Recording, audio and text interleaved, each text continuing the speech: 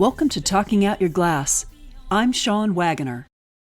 Investigating interpersonal themes and the notion of community, Jen Elek is a studio artist and educator based in Seattle, Washington. She creates objects and installations of colorful glass and neon light employed as a form of nonverbal communication. Her most recent glass series, titled Doliums, is inspired by large Roman clay storage containers. Elek received her BFA from Alfred University in metal and hot glass sculpture in 1994 after training as a welder in Allentown, Pennsylvania. She was a student of Michael Scheiner, Dante Marioni, and Ann Wahlstrom at Pilchuck Glass School and studied with Maestro Lino Tagliapietra at Haystack Mountain School of Crafts. In addition to creating her own work, Elek has assisted glass artists such as Dale Chihuly, Kiki Smith, Preston Singletary, and Tagliapietra, on whose team she worked as a key member for 15 years. A vibrant contemporary glass artist, she exhibits alongside artists of other mediums, breaking some of the barriers that have kept glass in the realm of craft and offering it as a worthy medium of contemporary art. A member of the Northwest artist community, Elek's involvement in artist organization includes Pilchuck Glass School, the Museum of Glass in Tacoma, Hilltop Artist, and as a guest lecturer at the University of Washington in Seattle. Her work has been exhibited at the Museum of Glass in Tacoma, Tacoma Art Museum, Pittsburgh Glass Center, and Traver Gallery in Seattle. Elek maintains a studio in South Seattle with husband Jeremy Burt, a Pacific Northwest neon artist with whom she collaborated on their project Illuminated Forest, as well as a permanent public installation titled The Illuminated Palouse for the Port of Seattle, located near the D gates at SeaTac International Airport. Utilizing blown furnace glass, Elek creates sculptural objects that display the material's ability to reflect, magnify, and represent bold color. Traditional and innovative processes combine in her work to create colorful landscapes of glass. In the spring of 2017, she was awarded the Pilchuck Artist at Work Residency, where she developed a new body of work titled Visual Fun, which highlighted the infallibility and vibrant colors of glass. Elek has traveled to Canada, Japan, Australia, and throughout the United States teaching glassblowing workshops. In 2026, she will be an instructor at Tulsa Glassblowing School, Tulsa, Oklahoma, May 14th through 19th. Residency May 20 through 23rd. At Urban Glass, Brooklyn, New York, June 23rd through 27th, and at the studio of the Corning Museum of Glass, Corning, New York, August 31st through September 5th. She will be a gaffer at Pilchuck Glass School, Stanwood, Washington, July 9th through 26th. Many thanks to the sponsors of this episode of Talking Out Your Glass: His Glassworks Incorporated, Hot Glass Color and Supply, Wet Dog Glass, Haystack Mountain School of Crafts, and the Art Alliance for Contemporary Glass. To find out more about our sponsors, visit TalkingOutYourGlass.com, click on Episodes, Season 11, and Jen Elek. Many thanks to the Corning Museum of Glass for the video of Jen Elek's demo used in this YouTube presentation. Jen Elek, thank you so much for joining me on Talking Out Your Glass podcast. Thanks for having me, Sean. You received your BFA from Alfred University in metal and hot glass sculpture in 1994 after training as a welder in Allentown, Pennsylvania. What inspired your move to Seattle in 1995? Great question. Glass was love at first sight for me. When I first saw glass blowing at Alfred University, it felt like home. I'm sort of from a family of tradespeople. My great-grandfather was a plumber and started Elek Plumbing, so my family were people who worked with their hands, so setting foot in a glass shop for the first time really felt comfortable, and the heat of the furnace didn't put me off. It was a place of comfort, and so while I was at Alfred, my instructors would often show us slide presentations of active glass artists, and I started noticing that many of the artists' work that I admired were located in the Pacific Northwest, and started realizing that that was a really active area for glass.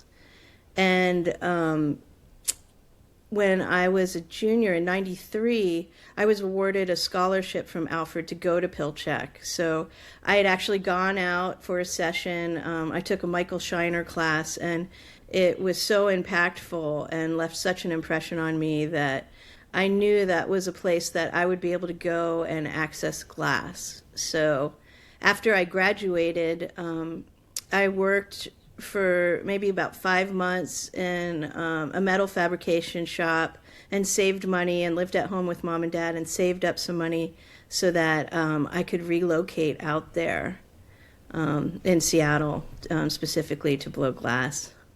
So once you got out there, who were some of the artists you assisted for, and what was the scene like in the mid-90s? Oh, it was Seattle in the 90s was super active and really fun. And another big motivator was music. Like I grew up listening to a lot of punk and going to see shows like the Ramones. Bethlehem's not too far from New York. So early on, I had a big love of music. So that was another draw for me to come out to Seattle. And getting here, I had a couple connections from Alfred. My friend Sarah Chase let me couch surf for a couple weeks, which was such a gift. It was such a lovely gesture for her to let me stay and get my footing. And one of the first places I went was Pratt Fine Arts Center, still active today. And I met Fred Metz. And Fred was just starting his company, Spiral Arts, which was a fabrication company making glassblowing equipment. And I was able to pick up a little bit of work with Fred welding, and at the same time still looking around for a glassblowing job. It's sort of hard at that time to get your foot in the door in a glassblowing job if you didn't have professional experience. I'm coming from a college program. I hadn't really worked professionally in glass. So that was a little trickier, and I forget where I ran into him, but I ran into Jeff Zimmerman, and he said, "Oh, Phil O'Reilly is about to build a shop, and he's looking for some fabricator and welder." And so I stopped in, and Phil hired me on the spot, and I actually helped build the first glass studio that I got to work in. So the welding fabrication experience really helped me sort of get a beginning and established in Seattle. So I worked with Denny Park Glass Studio is what it was called at the time. It later turned into Martin Blank's studio for a few years, and it was really exciting work. Brian Rubino, we made large-scale floral designs, floral with large vessels and large pots that would hold these different floral arrangements. Really fun. There were so many different techniques to learn there. So that was a great learning and experience. There were so many shops in Seattle at that time. Chihuly Inc. had maybe 4 studios that they were working out of. And there was also a studio called Resolute or Manifesto Glass that was run by Luca Rattazzi, and it started out as a paper sconce lamp lighting place, and then they opened up a glass shop, and Luca was the manager of that. And so early on, I'd work a day shift at Denny Park, and then I'd do a swing shift over at Manifesto doing like Christmas balls that Sonia Blumenthal designed. So that eventually sort of led into me working with Sonia Blumenthal and getting to work with people like Janusz Pozniak and Catherine Gray helped Sonia. So it was such a vital time in Seattle. There's so many active private studios, which I think is a little different than what's happening today. One of the things that came out of my experience working at Spiral Arts was, one, the experience of learning to build a glass blowing studio, but also seeing where these studios were going and who was working. And eventually, they built a test studio to test out the equipment. And part of that, and Fred rented a whole other part of the building for the studio, was that he was going to be partners with Josiah McElhaney, and Josiah would be able to make his work, and then Fred would have the ability to plug stuff in and fire it up. And I got to manage that studio, and sort of fire the furnace and charge the furnace and light up for artists coming in to rent it. So I got to assist Josiah and learn about his projects and what was going on, and also intersected Nancy Callan for some of the first times, and got to be friends. And watching the way that Josiah worked really helped me out in later times when I started to really more fully focus on glass blowing. So how has it changed? As a person who's been there this whole time, you've probably seen a lot of evolution in the Seattle glass scene. Definitely. It's the same but constantly changing. And I think one of the biggest changes is that a lot of those smaller private studios aren't quite as active as they were when I first moved to town. And Dale has scaled his operation mostly over at the boathouse and at his mock-up. So there's not like multiple private studios making that work any longer. It's mostly focused over there.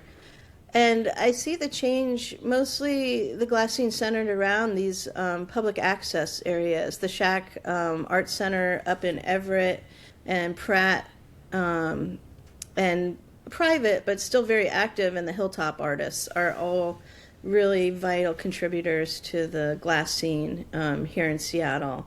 As well as like the gallery, like Traver Gallery is still really present in the Seattle glass scene and giving home to a lot of the glass arts here. So how would you say being in the Pacific Northwest has impacted your aesthetic?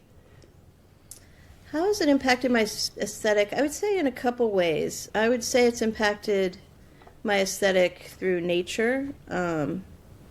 Like when I first moved out west from the East Coast, I really remember the first fall of being like, wow, it's not the same colors of fall, and feeling a little down about that until my friend Joe Benvenuto took me on my first foraging hunt for mushrooms up at Pilchuck Glass School. And all of a sudden, instead of looking up for the color, I started looking down at the ground, and I started seeing the flora and fauna in a whole new way. Like it just felt like it opened up a completely different world, like seeing the underwater for the first time.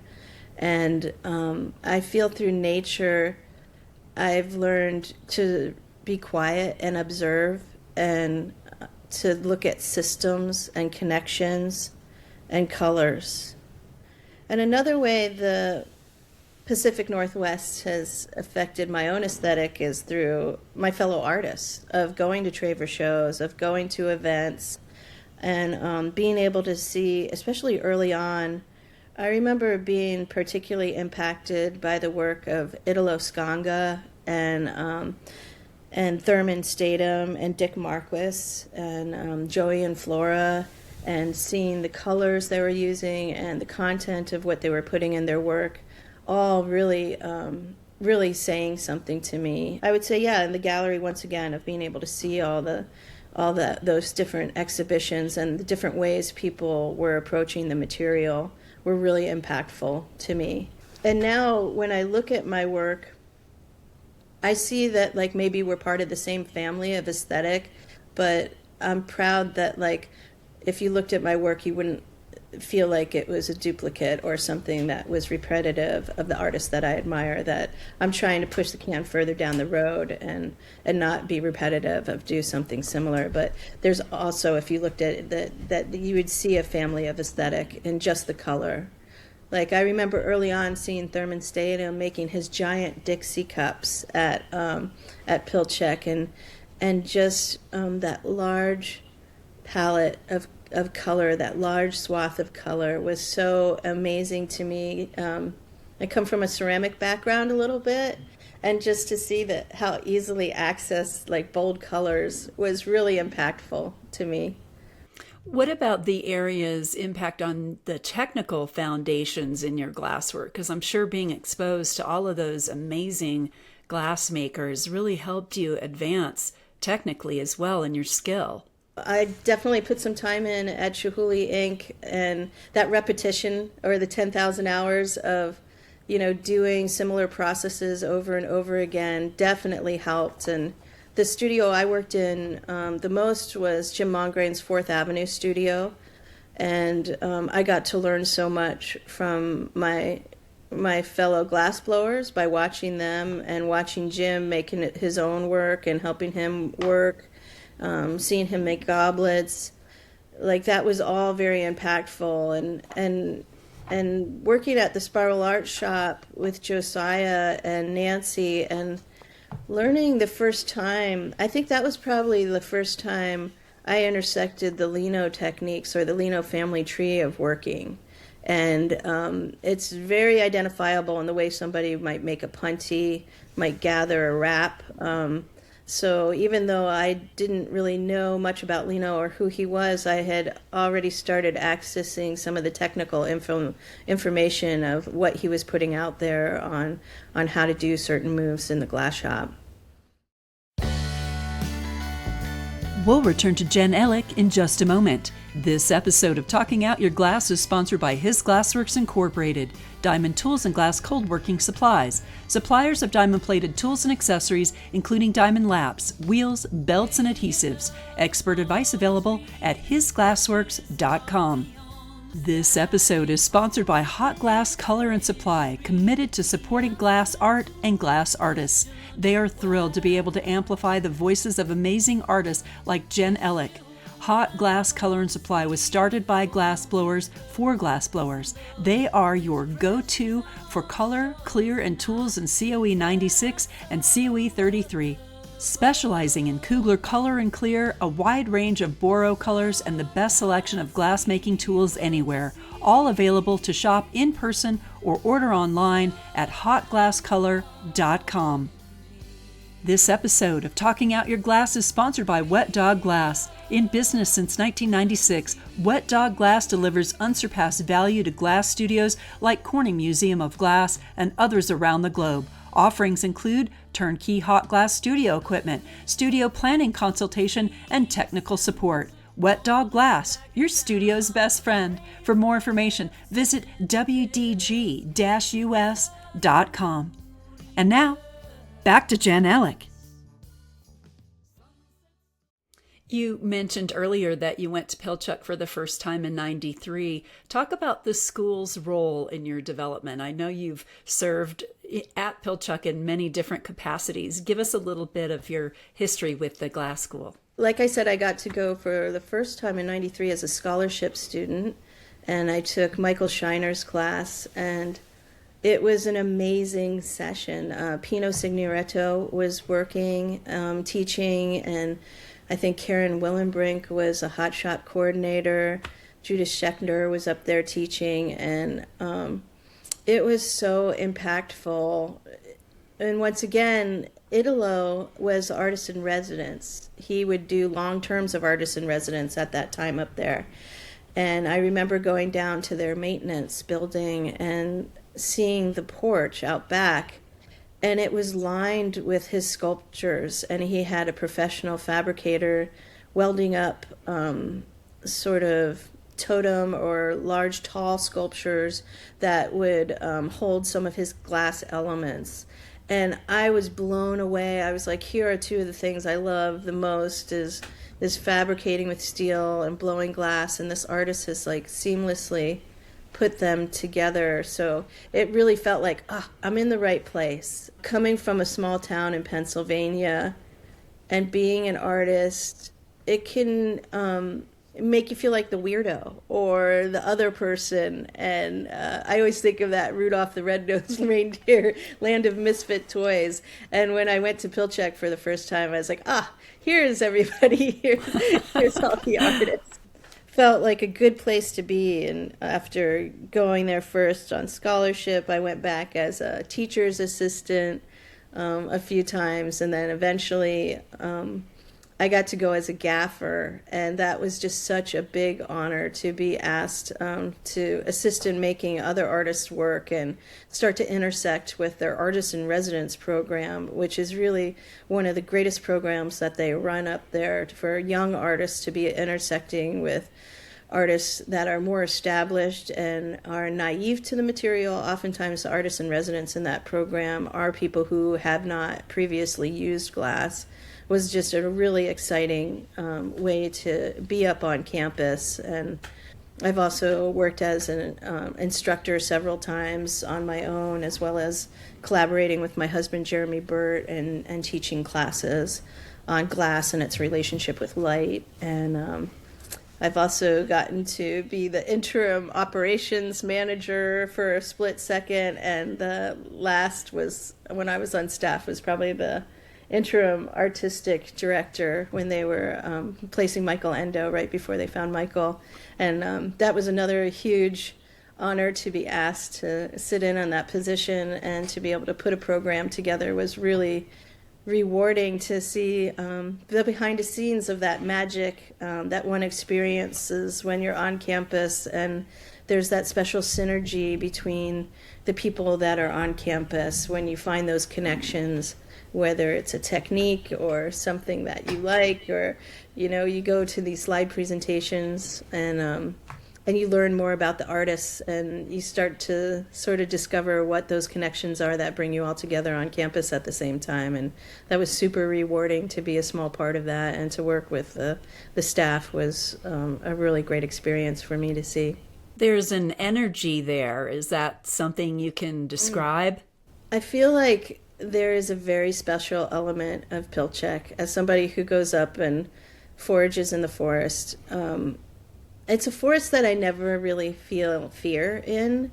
I feel very comfortable walking around by myself up there, and I feel like it's a giving place. Like even before Dale and the Halbergs got together and made the miracle of the school that it is right now, that people that there's always something to find to eat in the forest. Like even in winter you might be able to find something, but there's berries, there's mushrooms, and that it just holds this place of giving and sharing. And I think the school emulates that. I'm always so impressed that people come from all over the world and they willingly share these techniques that have cost them a lot of money, honestly, to learn, to develop, and that they willingly come and share what they've learned and what they've developed with other students.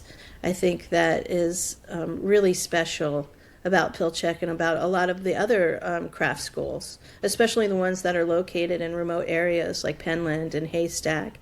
That intersection of being able to have quiet, reflective time in nature with other artists is so valuable. And the international element of Pilchuck is, I think today, at present day, immensely powerful in that there's a passive sort of diplomacy that happens around the dinner table about sharing meals with people, and that aspect of you're not going out to find food somewhere else. You can all of that's taken care of, and so you can sit and relax, and you can learn about somebody else from somewhere else, and it really humanizes our world in a special way. So tell us a little bit about your time with Lino Tagliapietra. How and where did you meet Lino and then continue working with him for the 15 years after that? I sort of started becoming aware of Lino living in Seattle, and there was people who were working with him. He started out over at Manifesto Studio, and so there was a small group of people that worked with him over there. Like at Alfred, we learned about aesthetics. Like they purposely didn't really teach us a lot of skill-based knowledge at Alfred. They wanted that naivete to sort of inform what we were making. So when I got to Seattle, I was really hungry for the skills, the craft part of it that I was sort of lacking. And working in different shops, I realized that so many people that were at that next level of skill had all been students of Lino. So that led me to take a class at at Haystack with Lino, and he was teaching with Keiko Ongoro, his brother-in-law, and it was such an inspiring class. And I really hit it off with Keiko in the beginning. Keiko is Hungarian, as our part of my family is Hungarian, and so he really reminded me a lot of my aunts and uncles. He had a great sense of humor, and he loved food, and so it was interesting for me to learn more about Keiko's history, and maybe we'll get into it a little bit more. But so that was my first meeting of Lino and Keiko. And then going back to Seattle, starting to practice a little bit of what I learned, and that coincided with Jim Mongrain moving his studio from 4th Avenue up to Mukilteo, Washington. And when he did that, Team Lino moved from Manifesto up to Mukilteo. And they were going to be, I don't know why they called me up, but I got a call from John Chihuly inviting me to be part of the team.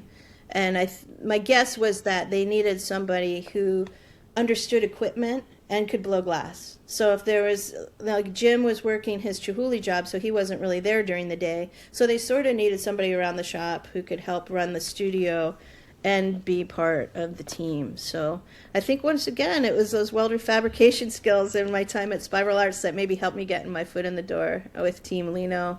It was such an exciting time, not only to be able to work with the maestro, but with all my teammates, to learn the soft skills of blowing glass. I grew up playing on soccer teams, and I found that one of the rewarding parts of that was always trying to look to where the ball was going to go and know where that was. And being part of the team, Lino's English is fluent, but it is a second language, so trying to get inside somebody else's head and try to be anticipatory of what their needs were was really pretty rewarding for me when I was getting that right, when I was getting things ready. And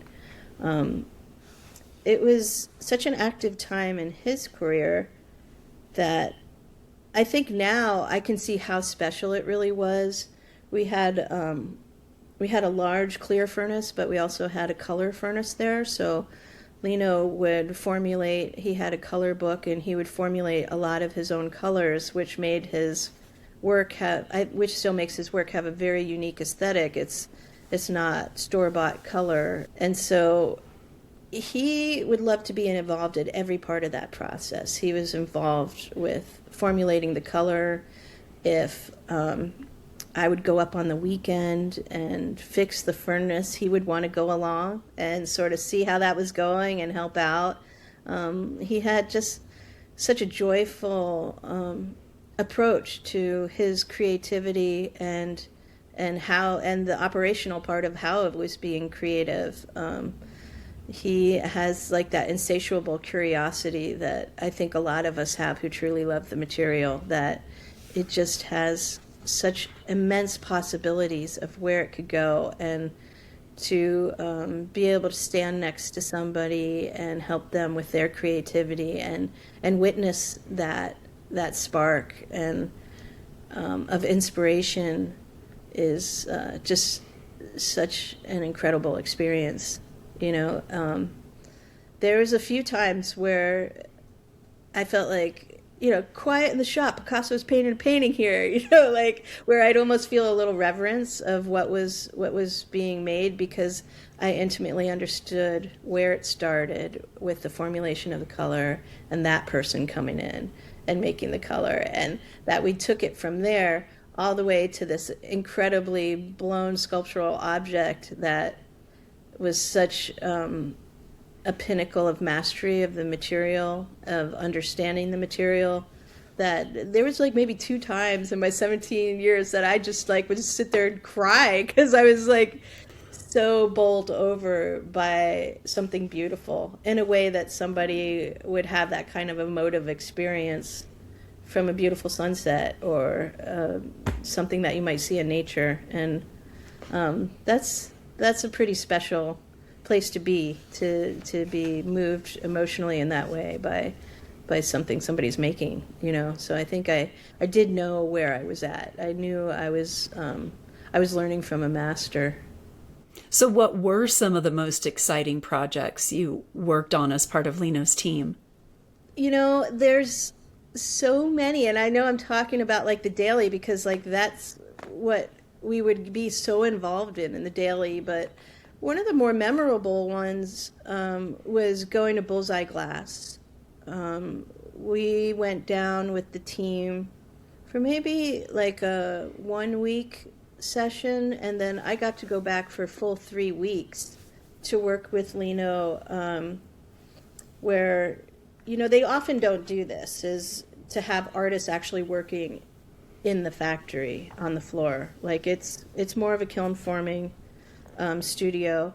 And so it was sort of special access even to have like a little corner of the factory and be able to gather out the molten color and to see glass on that scale. And the operation that Bullseye have was just awe-inspiring. And the work that Lino was making there was so cutting edge and so exciting because it was a marriage of kiln forming and glass blowing, in where he was able to capture some of that kinetic nature of the glass blowing material in the kiln formed objects that he was making. We sort of termed it like hot loading. So he would be working on, let's say, a roller wrap spherical form that he would roller wrap in different directions, and then we'd have a kiln forming kiln up at like 1,000, 1,100 temperature, and we would start loading these objects in so that they didn't have to cool off and come back down and get loaded.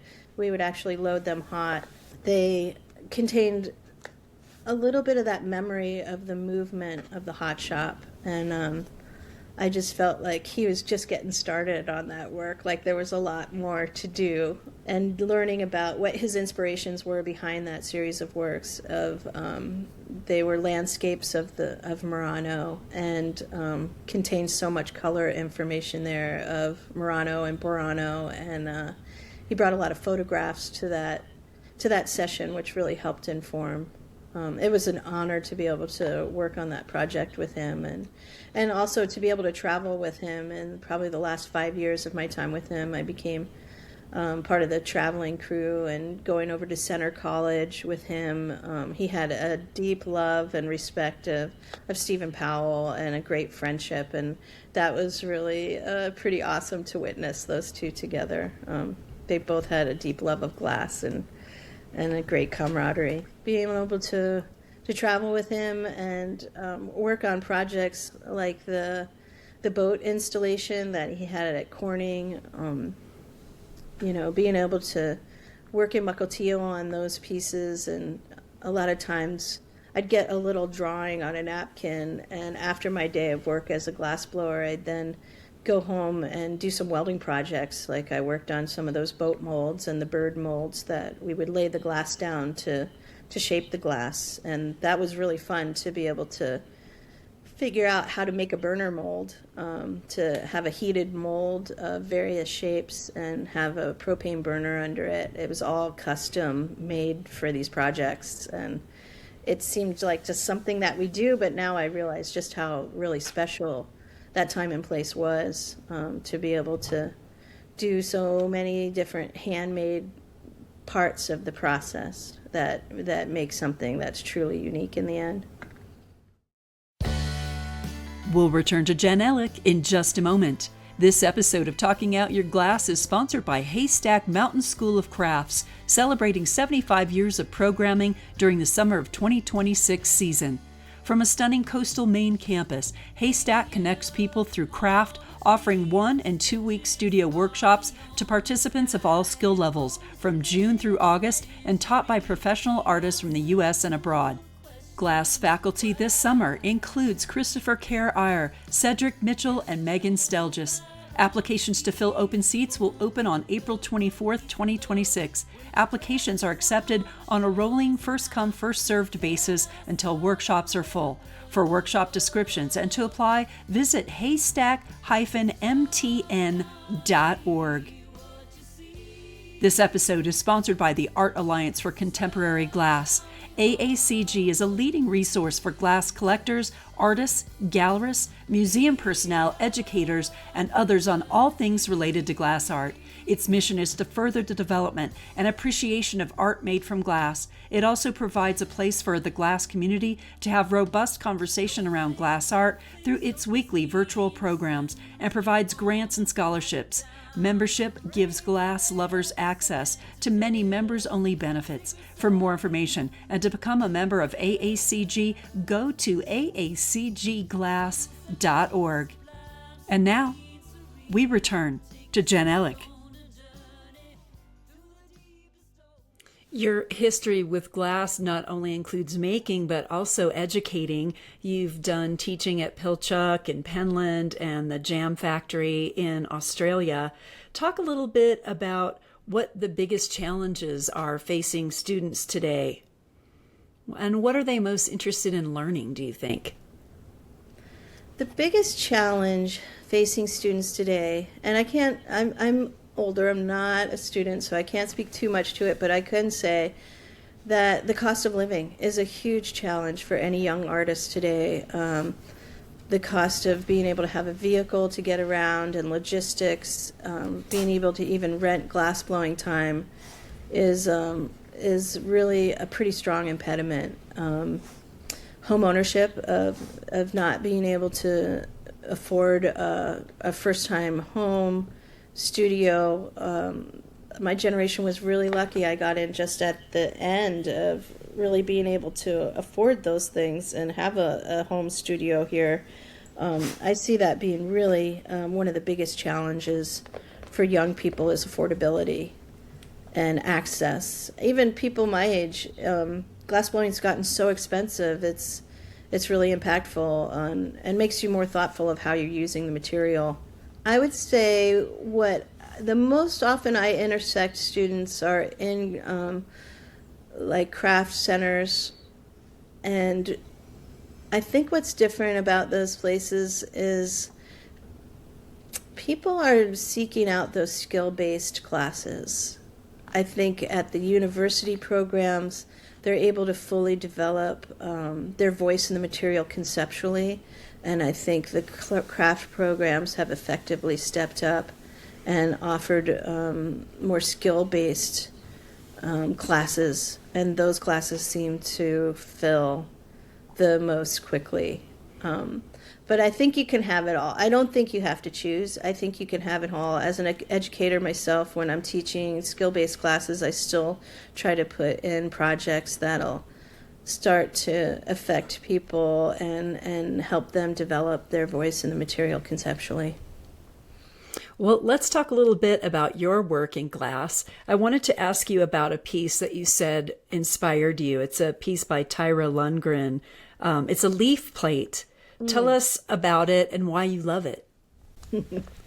I think it's that perfect combination of our natural world and the world we all live in intersecting each other, in that it's obviously a plate and it's made out of glass and it's a leaf and it's evocative of our natural world, but it's a very glassy object. And its simplicity, it's so simple.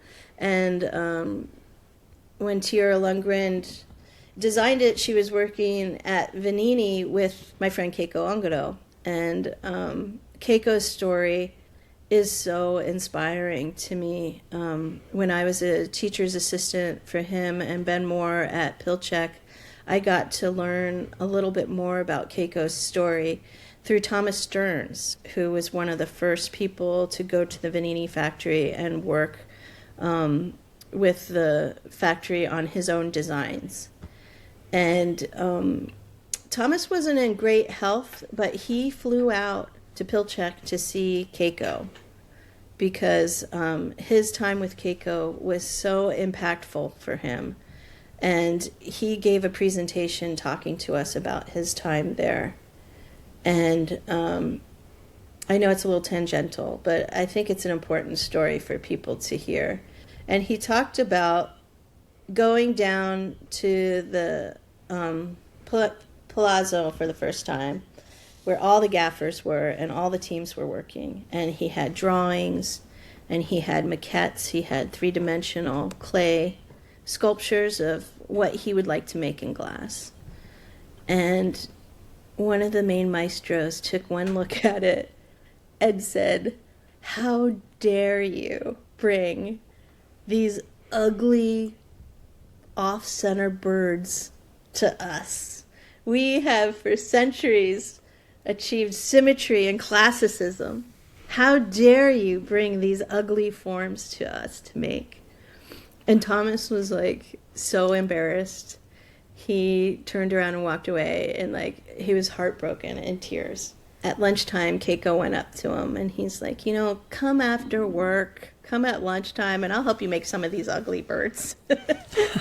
And that's like such a small, simple moment in time. But I think that small, simple moment has impacted me and a lot of our lives in the glass world in a unique way, because Keiko was fighting against sort of that small town factory mentality, like the mob rules of like, instead of just kicking this outsider to the side, he embraced them, and his willingness to get flack for that from his fellow workers, his family, his friends, I think was a really brave moment. And I also think sort of fed into that dynamic of the artist in residence program that Dale started at Pilchuck, in that people who weren't glass artists were intersecting with professional glass artists to make their work. And that little moment, I think, sparked a seed of that willingness to work with somebody and embrace somebody. And so when I look at the Tiralungan leaf plate, I'm looking at an incredibly beautiful object, but I'm also looking at an incredible technician who was at the height of his technical prowess, but still had the capacity for humanity and kindness and making somebody feel welcome. I wanted to ask you a little bit about your oval platters. What years were you making those? And talk a little bit about that body of work. I think when I first took that Lino class at Haystack, I had been making a few of them. I was just getting started. So that was probably around 2001. And I still make them today.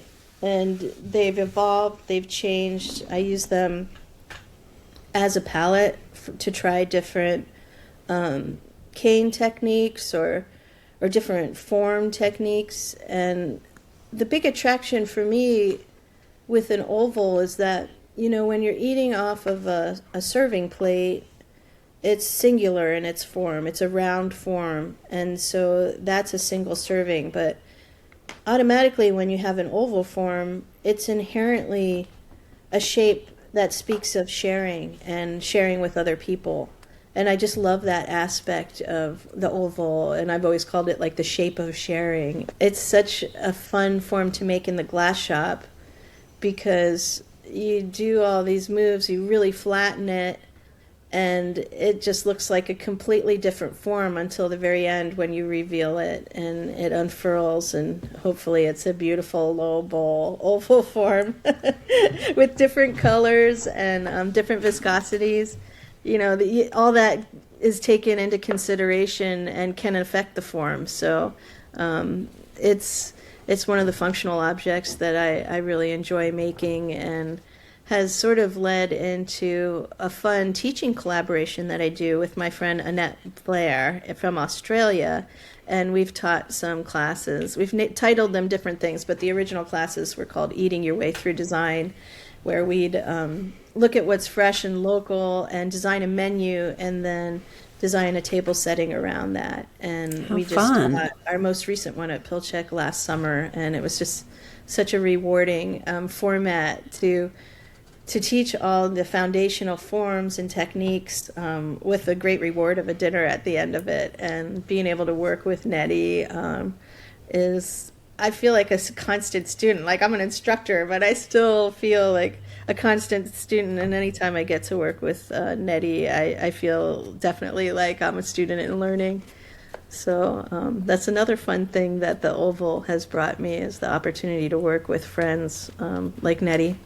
How did you take the creation of a feather pattern and make it your own? I think the feather is maybe inspirationally born from a little bit of sadness, to be honest. I had a dear friend, Bennett McKnight, who I went to Alfred University with, and who came out to Seattle around the same time as me, a little bit after. And we worked together for over 20 years. He was my glassblowing assistant and one of my very best friends. And he used to really love to make a feather form. If there was a leftover glass, we worked at Chihuly's together, he would sort of get it really hot and drape it down and cut it and do sort of a shepherd's hook loop and box it. So it was almost like an ornament, but it was a feather. And he passed away, and when Bennett passed away, it wasn't just difficult for me to handle. It was difficult for a large group of us. And one of the ways I would sort of self-soothe myself was trying to make his feathers. And eventually I was like, well, how do I make this look more like something I would do? And I had assisted Lino in that residency at Bullseye, and he was doing these fused leaf forms where he'd make a cane pickup, and instead of pulling it out very thin, he would leave it super thick, like an inch thick, and then he'd twist the canes. And so it was like a twisted cane rod, maybe an inch thick, and he'd take two of them and he'd twist one direction and one the other direction, and when he laid them side by side and fused them, it made this beautiful chevron. And I was like, gosh, that would be a great way to make a feather. And so I took some inspiration from Bennett and some technical information from Lino, and started to develop the feather form. And another inspiration is that in Seattle we have some pretty famous flocks of crows. One's over by the Arboretum, and there's another flock that flies over my house. They go to work in the morning, and then you see them. I usually see them after work flying back home around 4 o'clock, and it's thousands of crows. I don't know where they're going. They're somewhere in southeast of here in Renton, where they go to perch. And so the local park by my house is like covered in crow feathers all the time. So the feather's something I sort of just see on walks, and learning that technique from Lino of pre-fusing these blanks was a fun way to sort of jumpstart and make feathers with cane. I also have a lot of other friends who do them, like Karen Willenbrink's always made really beautiful feathers, and Dan Friday, so it's sort of fun to do something but do it differently. Your platters were such an amazing vehicle for color. Talk a little bit about your use of color then and now. Well, growing up in the Lehigh Valley, I grew up right next to the Binney and Smith company, where Crayola crayons are made. So a very early childhood, I got to do a tour of that factory, and that really impacted me. Just seeing those colors flying by on the machines was pretty amazing. And when I would introduce myself as a youngster, it would always be, what's your name? What's your favorite color? So right from the start, like, that seemed to hold so much information for me. And I still sort of ask that question. And I jokingly asked my nephew, or my little cousin Leon, last year, what's your favorite color? And he's like, well, I got 8. I was like, I get you, Leon. I would have a hard time nailing it down to one color. And he proceeded to list all 8 of his favorite colors. And that seemed really important to him and me, and hold a lot of information. So I think there's something inside me that understands the language of color in the same way that one would read a book. I spend a lot of time thinking about the relationships of colors and what their meaning is, and ketchup and mustard, yellow, and like, what does that mean to me and what does it mean to other people? And Joseph Alber's his book Perspectives on Color, I think, offers such a wonderful methodology of how to work and teach with color, but also like that notion that he presents, that color is one of the most unique experiences that we could have as human beings. Like, you and I aren't going to see red exactly the same way. Everybody's going to see color in their own unique way, which makes it a very unique human experience. I want those unique experiences as a human being. The more we're connected and the more we communicate with each other, I think having an individual experience is something special. And when colors are by themselves, there's one thing. But when there's a color next to a color, there's a color relativity, and that's going to change the way a color looks. So it's a whole other world to explore. And when I was at Alfred, I took a communications class, and it talked a lot about radio. It talked about supermarkets and how products are presented to you, about commercial advertising, where on the shelf you're going to intersect a product. It made me really thoughtful about advertising effect on us. And I think so much of the color in an urban environment is caught up in that. There's road signs and stuff, but there's a lot of commercial advertising, and using bold colors and releasing it from commercial advertising it and putting to art feels really good to me, to give people that same kind of joy and lift that you get from color, but separating it from commercial advertising feels really rewarding. Jen, you maintain a studio in Seattle with your husband, Jeremy Burt, a Pacific Northwest neon artist. Describe and discuss your collaborative project, Illuminated Forest. Illuminated Forest, it's good timing for this question, because it sort of plays into sort of poking at the commercial advertising. Illuminated Forest, sort of, the genesis was around COVID, so I wasn't in the glass shop as much. We didn't have access, and we had a Traver show on schedule. So we have a neon shop out back of our house, and we also put up some bird feeders during COVID.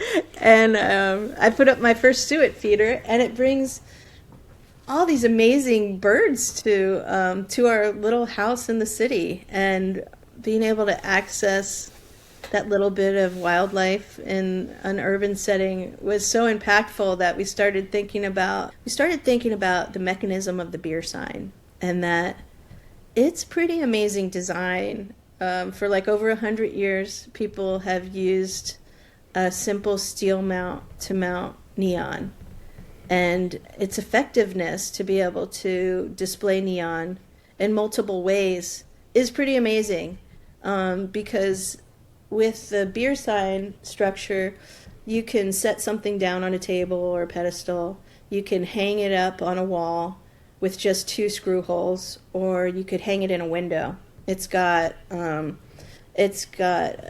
structure that makes it so the steel will touch the window before the neon. And if you start talking to neon artists, that's going to be one of the big things that we all discuss is, well, how are you displaying the material? One of the nicest seamless way to do it is to mount neon right onto the wall with some tube supports. But to intersect like galleries, museums, clients' homes, that's a little tricky, because if you're sending it, they need to have somebody on the other end who knows how to do that, where you would put a whole pattern on the wall, drill your drill holes, take the pattern off, and then put your tube supports, and then put the tubes and the wirings on. That can be a little bit tricky for people, and it is high voltage, so you want to be safe. So Jeremy and I started looking at the beer sign as like a great solution for all that, because it's all mounted on a steel frame. It makes it packable and shippable, and 2 holes and you're hanging it up and on the wall. So that was sort of our starting point. And then we started thinking about, well, like, instead of advertising for beer, what do we want to advertise for? Like Mother Nature and flora and fauna of the Pacific Northwest. And so we started taking some of the things that were the regular customers at our feeder and the things that we intersect most out in the woods, and putting them to neon. And easier said than done. Once we got started, and I should say that Jeremy is the neon blower of the family. I'm like in the design aspect of it, so I'll make drawings that we make the patterns from, and I'll do some of the after blowing fabrication. I do all the steel frames, but Jeremy is largely the person making the actual neon, along with we have some other fabricators we work with, like Kelsey Firmkoff and Megan Stelgis and Danny Kays and Jacob Wilcox. We really have a great community of people helping us make this work. When you are working with neon, you're like working with approximately a 1/2-inch line, and you can't get all the details. Like, there's so much details in a bird or a plant. You have to be selective about how you design that pattern. And also, the available palette in neon is pretty limiting when we're getting into natural subject matter. There's no brown, there's no gray, and most of what we wanted to do were those colors. So we had a session with an old-timer sign guy down in Tacoma who had used this airbrush technique, that he could airbrush enamels onto the front side of the neon. And it's done in a way that it's not just one pass. You do several passes with a really light spray of the airbrush, and that way there's still luminosity that comes through the tube, but it will give you the impression that the tube is brown. And so that's how they do a lot of like the Guinness signs, or beer signs that actually have like a cup of beer on it, that it'll actually be front painted neon. And so we developed that skill to make this body of work. It seems so simple getting started, and then as we started going, we're like, wow, so much of the colors that we need for this project are not available. So that was a great workaround, and has really come in handy for things like a crow, which is pretty much all black. If you front paint it, it looks like a black line with luminosity coming out the back. And that was a show that we had at the Traver Gallery. They've been really impactful for us to develop work, and their willingness to see me work in other materials as an artist that works with glass, but also mixed media. They've been really helpful in giving us space to develop that body of work. You and Jeremy also recently did a project, a permanent public installation for SeaTac. Describe that work. Sure. The Illuminated Palouse is by the D1 Restroom Renewal Project, and I think it really did come out of that body of work of the illuminated forest, and being able to marry both some of Jeremy's aesthetics and neon, and what I was bringing to the table of the flora and fauna of the Northwest. And that project came up, and I think Tommy Gregory, who's the artistic director for the Port of Seattle, had come across Jeremy's work in particular up at Pilchuck, and he put this project in front of us, and we were awarded the commission. And it had a pretty specific design prompt of to focus on the Palouse region of Washington. It's an area in Washington I really haven't traveled that often, so it was fun to learn about it. And part of the prompt was to have some native species flora and fauna, but also some agricultural elements. It's a really fertile area, and big apple production, and wheat and soybeans and lentils. So it was it was a great project, probably the biggest public art project that we've done to date, and a really fun way to, instead of having our own aesthetic center to what we were making, to start thinking about the public and other people intersecting the work. I would say that's come into play with collaborative shows that Jeremy and I have done, that we make work that is interactive and things people can play with. So it has been a consideration before this, but it really put it center stage of wanting to put the work low enough that children could come up to it and see it, and make work that was easily conceptually understandable. So those were really forefront when we approached the project of access, of wanting people to really understand easily what we're putting out there. And so it was 3 different areas of the project. The first area is a 90-degree angle wall, and those are all neon flora and fauna from the Palouse. We have like a jackrabbit and a porcupine and a quail and a couple other elements, along with some of Jeremy's unity rings. And unity rings are neon circles that are segmented of small pieces of color. So he'll work on these seals, and it's such a simple move, but when he's doing different colors, it's like an encalmo, but with all the different colors. It can be really different with the various viscosities of glass, and making them join and making them be strong is simple but a challenging task. And it's so rewarding for him because he's really thinking about the relationship of that seal, and if that seal is done well, the integrity of the rest of the circle will be that much stronger. And so it's really become a symbol, a physical manifestation of the spirit of community for us, for him making those pieces. So those 2 walls almost are like a trophic cascade, or an image of a family of flora and fauna that all sort of work together. So if you're walking up to the D gates, that's going to be the first thing that you sort of see that indicate this area. And there's a little side hallway you can walk down, and the next space that we worked on was the pet relief area, and it has a very different feeling. Jeremy's like, woohoo, let her rip. It's sort of the feeling when you get in there.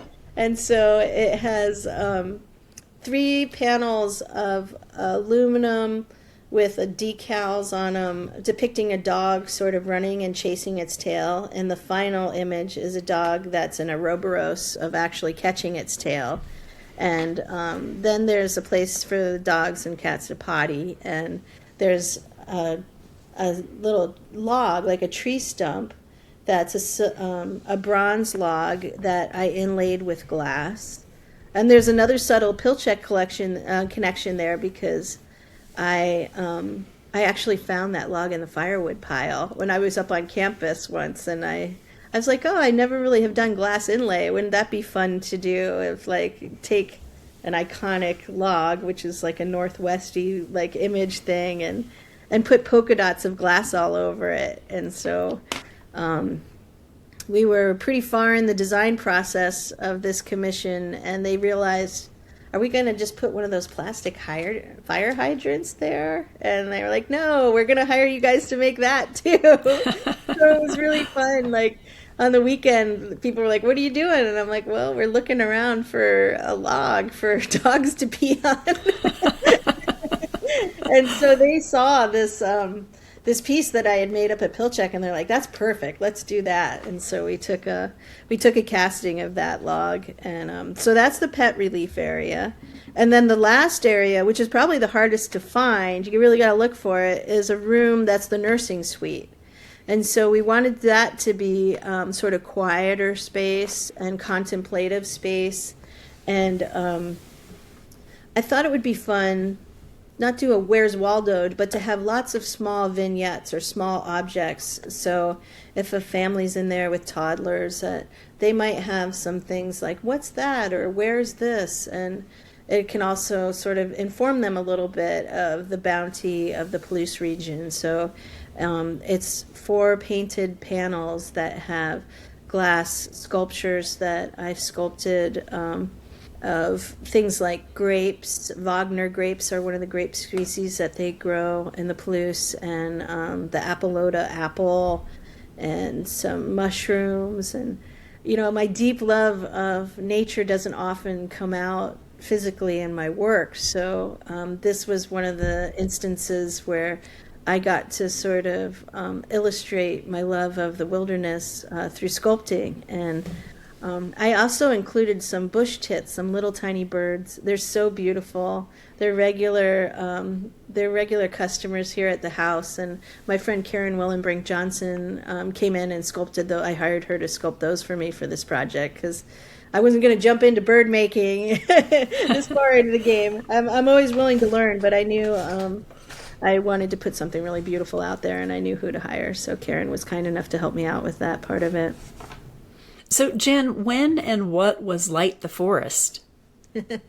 What is Light the Forest? It's a really fun new outdoor sculptural event that Pilchuck has had for the past 3 years. And it's in November. So they're really threading the needle on weather. Like, Pilchuck sessions are the months that they are because all of a sudden the wind and the rain start coming. And so just after Pilchuck auction, they've scheduled in this event, and it's a weekend event, and they invite people to interact with the natural areas of campus with light. And the first year, they had Kelsey Firmkoff, who is a master neon bender, somebody that we hire and work with. And he often does outdoor installations of large-scale neon, and he collaborates with Steve Gilbert, a photographer. And so he'll place neon in deep woods or, in the middle of downtown on a road in the middle of the night, and they'll take a photograph. And it's incredible work. Really amazing to see. So he had maybe like 8 installations, and then the second year was a group collaborated event with Casey J. Swierczynski and Megan Stelgis were sort of the 2 people who organized that group. I think Minhee England had some pieces. I can't remember everybody, but it was more of a group effort. And so we're the 3rd group of people asked, and Jeremy and I took it like pretty seriously because it's a place, that has been so impactful for us. And I have so much deep respect for the natural area that I wanted to be really intentional about what we were putting out in the woods. And I didn't want it to be like we put a thing on a thing. I wanted it to have a relationship, and that's one of the beauties of neon is it doesn't take much neon to really create an atmosphere, and like a transformative atmosphere. So I think in the end we had like almost 18 installations throughout campus, and they weren't all neon. One of the installations, I came up with the idea when I was on campus earlier in the summer. I like to use my sort of foraging baskets to move things around campus, and I had one in my hand, and one of my headlamps was in there, and it was on by accident. I looked down, and it was projecting this beautiful lace pattern on the ground, and I was like, thanks, Pilchuck, this is a great idea. So I had a whole installation of baskets hanging in the trees, and we tried lots of different light sources, but the headlamp was really the best at sort of magnifying and projecting that lace pattern. And I had created a bunch of really simple metal hangers out of just like 1/4-inch round rod with a hook on either end. So it was really fun to install that particular piece because you could just walk up to the tree and hang it up, and there was no plugs or cords, and it really moved. Like if it was windy, the tree's branches would move up and down, and the baskets would move up and down, and it made this beautiful golden light that sort of represented that feeling of like when you're harvesting chanterelles or something. They are this beautiful color, and it sort of passively spoke to that story. So that was one of the installations we did, and another element of our Light the Forest, we had some of the illuminated forest kind of objects of like the blue jay and some of the illuminated forest elements throughout the woods. Another element we did was something that we do with our classes a lot. Like if Jeremy and I are teaching a neon class, we've sort of identified that it can be a pretty technically challenging thing to learn, especially if you're bending to a pattern. And so after a few days of in the shop, we've started doing a light drawing project where we do open shutter photography. And this is inspired by one of our teachers, Fred Cheetah, who did a lot of work with kinetic neon and open shutter photography and things that are only realized photographically.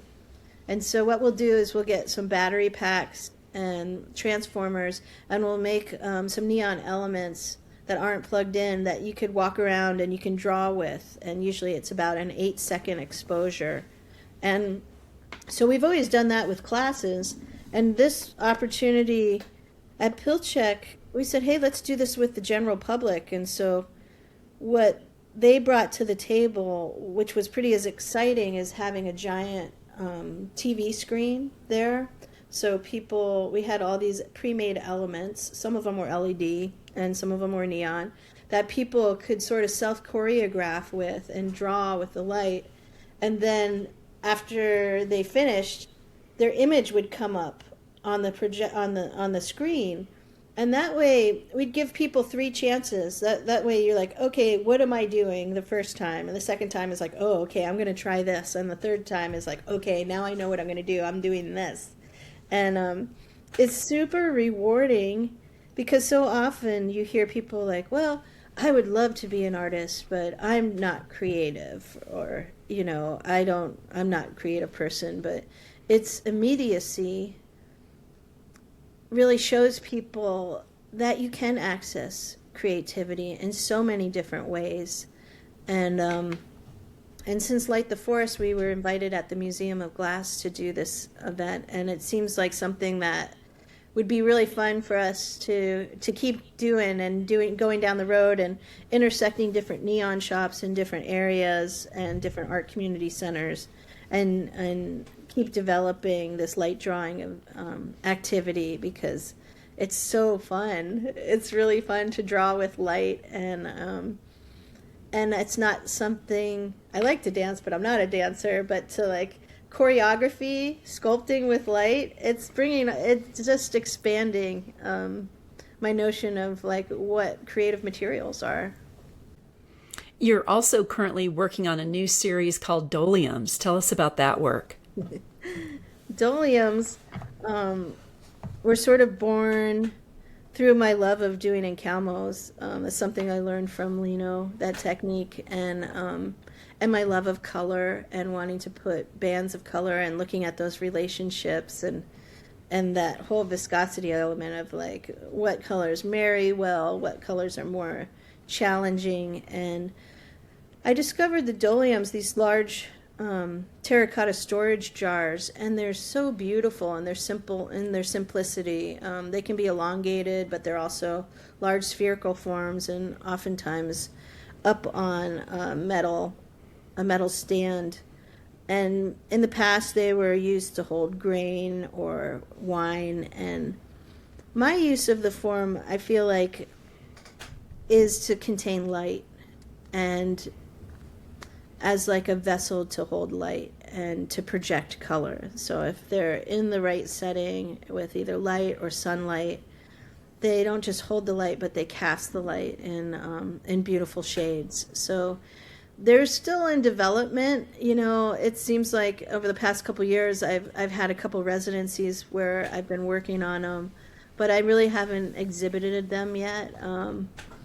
I think years ago I heard Dante at one of his slideshows saying that it takes like 2 years to really get something to the point where it's ready to put in a gallery. So they're my sort of work in progress, and something that I'm really excited about, a new pathway to sort of show my love of color and glass. In researching you for this podcast, I was watching some videos, and at some point you talked a little bit about social media, and you said social media is about comparing, and it's easy to start feeling less than, and that was a challenge for artists sometimes. Talk about that a little bit. Oh, social media. Social media. Social media. I still don't know what you are. Are you good? Are you bad? I don't know. We don't know. I'm a Gen Xer, so like I said, I used to listen to a lot of punk and the Dead Kennedys, and they were always so politically, socially aware, and like warning us about TV, and the phones themselves have been amazing to connect to people, to bring people together. I remember the first phones where you just share video on a text was just so amazing. And so it's interesting to be part of the generation that knows the before the phone, before the social media, and aren't you so glad that you do know that? I do. I don't take that for granted. Like going to shows and everybody was present and watching. Maybe you'd flick your lighter out in Freebird or whatever, but that people were present. And I'm still learning. I just don't know what to make of it really at this point. I think there's artists who really effectively market themselves on it, and I use it a lot to connect to my international friends. And I love that, and to see what's happening out there. But at the same time, I see it perpetrating false narratives that aren't true. And so often, like if we are using it as a marketing tool, you're using it to like shine the light on your best self, and it doesn't really tell like the true full story that one would encounter if you were reading a book or reading a story or listening to somebody telling a story. I just put so much value on real, true human connection, and I think that's something that's a challenge after COVID. Like the generation that lived through COVID, and we're coming up through that. We have to keep reminding ourselves of the value of being in the room with somebody, to go out and see a show instead of just looking at it online. You know, if the show's happening in your city, and you get up and go and see it, I feel like sometimes that can be hard. You might not be in the right headspace to do it, but every time I do it, I feel so fulfilled of reconnecting with artists that I admire, seeing what they're up to in person, having me tell them about their life. So it's a love-hate relationship. It has so much value in spreading the word about what's going on, but at the same time, in finding it hard to believe. And with AI, I don't even know what we're in for coming, you know. I don't know if I should even say it, but I opened up my Apple iTunes recently, and I saw one of my paintings in the background. It was exactly the painting that's right there. And what's so funny is, like, oftentimes in my Zooms, it's right there. So I don't know what's happening, if they're individualizing your experience, but I couldn't believe it. I've accidentally shared things that looked like cool pieces of glass art that were AI, and people get so angry. It's just, it's like, oh, it was a mistake, A, and B, there could be some value in it to say, could this thing actually be made out of glass? And if so, how would we do that? And would it have value if it was real? But it's such a touchy subject too. It's just, you don't want to make that mistake. It's the whole beginning of a whole new thing. It really is, that I'm not sure I want to be a part of either, Jen. With caution. Yeah. I'm not scared of the new, but this just seeing the results here in the country of what social media has done, I think, I'm wary, but I'm not scared off it. Yeah. Well, if you could give yourself one piece of advice as a young artist starting out, what would it be? That's a good question. Well, I love to ride bicycle. I grew up like riding bike a bunch, and mountain biking was really big when I first moved to Seattle. And I still ride. And I was talking to my husband Jeremy the other day about like, remember what it was like your first time you tried to ride a bicycle, and how scary it is when you put your leg over the bike and you feel like impossibly wobbly, like you're gonna fall over. But as soon as you get the courage to push the pedal, all of a sudden your bike starts going straight ahead, and you get the best feeling of, I did that. And I think that's a good lesson to remember in life, is like to keep moving forward. And when you're trying something new, it could feel a little wobbly, but have faith in yourself, and have faith in trying a new experience. And once you get going, the wobbles will dissipate, and you'll find something true and hopefully fun in a new experience. Oh, thank you so much for having me, Sean. I would just like to express gratitude for you for doing these podcasts, for sharing people's stories and sharing that human connection. It really brings so much to the art world and to the glass world, and I'm really honored and grateful that you asked. Thanks for coming on, Jen. And I love doing it. It's my great pleasure. And thank you for your time.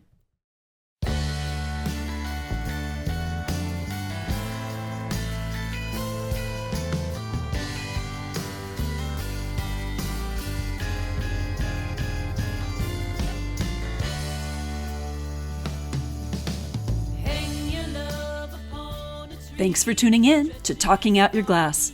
Many thanks to our sponsors, His Glassworks Incorporated, Hot Glass Color and Supply, Wet Dog Glass, Haystack Mountain School of Crafts, and the Art Alliance for Contemporary Glass. Stay tuned for some more great episodes, including a group conversation with Laura Donover, Jennifer Hand, Susan Block, and Beth Hyland about the Glass Fashion Show and the new documentary being produced.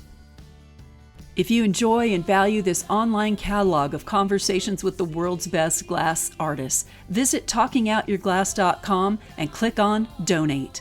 Until next time, stay glassy.